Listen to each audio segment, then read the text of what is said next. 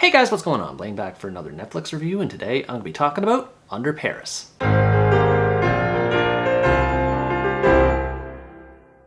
Under Paris is a French horror thriller that tells the story of Sophia, a marine scientist who grieves over the loss of her research team. A routine observation goes awry, and a shark they're examining goes berserk and kills everyone in the water, after which Sophia retreats from her work. Years later, she's called back to action once again when an activist warns her about the growth of the shark codenamed Lilith, which has somehow infiltrated into the waterways of Paris. With a sporting event on the horizon, Sophia must race to gather a team and find a way to stop the shark before it causes a potential bloodbath. I thought this movie would be horrible just based on the premise alone, but after seeing it, I honestly have no idea what to make of it. The characters and story are bland, and its tone and messages are really heavy-handed, but the suspense is on point, and it has such an incredibly entertaining finale, I can't help but find at least some enjoyment in it. The main character, Sophia, doesn't have much in the way of originality. She's the classic trope of a scientist who goes into hiding after a tragic event, only to get rediscovered so that she can redeem herself. It's the same cliche that's already been done to death. Her actress does a good job in her performance, and I like how she tries to settle the score with the shark in a less revenge-oriented kind of way, but there's just nothing else worth mentioning about her. She's a vehicle to move the story along whatever plot point that it needs to go to, which is okay, but not exactly riveting either. The other characters are just as stereotypical as she is. Everyone from the cocky activist to the serious police to the corrupt politicians all behave exactly the way you'd expect because they've already been done 1,000 times before in other movies. There's nothing wrong with having unoriginal characters, as no character is ever 100% original these days, but it's just lame to see everyone acting so predictable. No inkling of personality or sense of novelty is put into any of them. They're either there to move things along or get eaten by the shark, which is pretty disappointing. Speaking of the shark, this ironically ended up being the best character of the movie. While it is a shame that it's entirely presented with CGI, the effects used to portray it don't look half bad, and it actually behaves like a shark, so it's not over the top compared to something else like in Sharknado, for example. However, the shark isn't entirely well done as a concept either.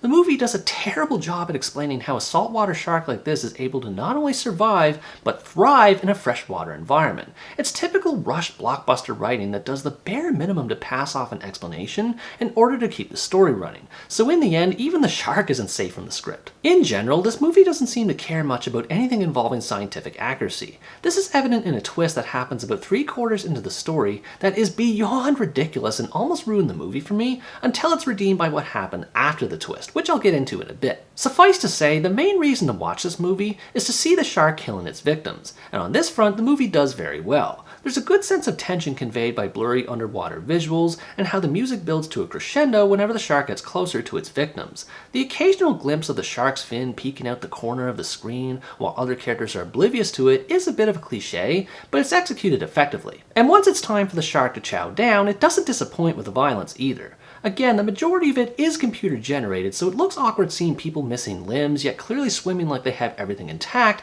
but at least it's entertaining to watch the chaos ensue. Another thing I liked about the shark scenes, and the rest of the movie as a whole, was how the cinematography added to the story. It makes good use of the Parisian scenery in a way that it emphasizes the shark could be anywhere, and the waterways of the Seine give a claustrophobic vibe that make the chases even more intense. What isn't as fun compared to that is the amount of dumb cliches that are present in it. I know I've already alluded to that with the characters, but there's so much else that's stale about it. People disappear after being introduced once, they fall into the water like idiots, and they constantly make dumb decisions that often get them killed.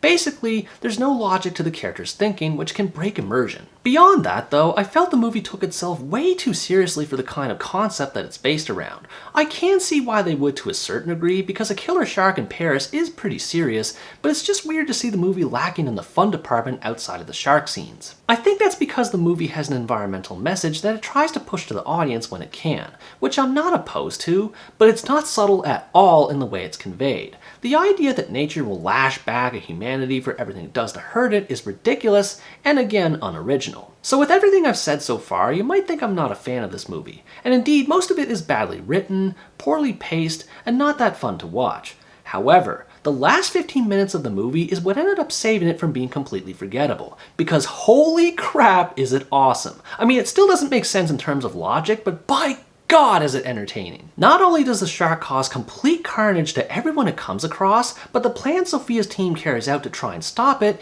is insane. I can't explain more beyond that because I really don't want to spoil it. Just trust me when I say it's one of the craziest, most fun set pieces I've seen in a modern movie. If the movie leaned on this aspect more, I think it would have turned out a lot more memorable than it ended up being. There's just so much drudgery and mediocrity to wade through to get to the good stuff that I doubt it'll hold most people's attention for long. Overall, Under Paris is an underwhelming horror thriller that is barely saved thanks to its more entertaining scenes, especially the finale. If you like blockbuster horror flicks and don't mind uninspired writing and characters, you might enjoy checking this out. This is one of those movies where you really have to suspend your sense of disbelief for the sake of getting any enjoyment out of it, and even then it can still be a chore to sit through. However, the fun bits that are there are so well done, it may be worth sinking your teeth into at least once. What did you think about this movie? Were you bored by it, or did you have a blast with its carnage like I did? Let me know in the comments below. Anyways guys, that's going to wrap up my review of Under Paris. Thanks for watching this video, I hope you enjoyed it, and as always stay tuned for the next part where next time I review the Saudi Arabian drama, Basma. Bye-bye.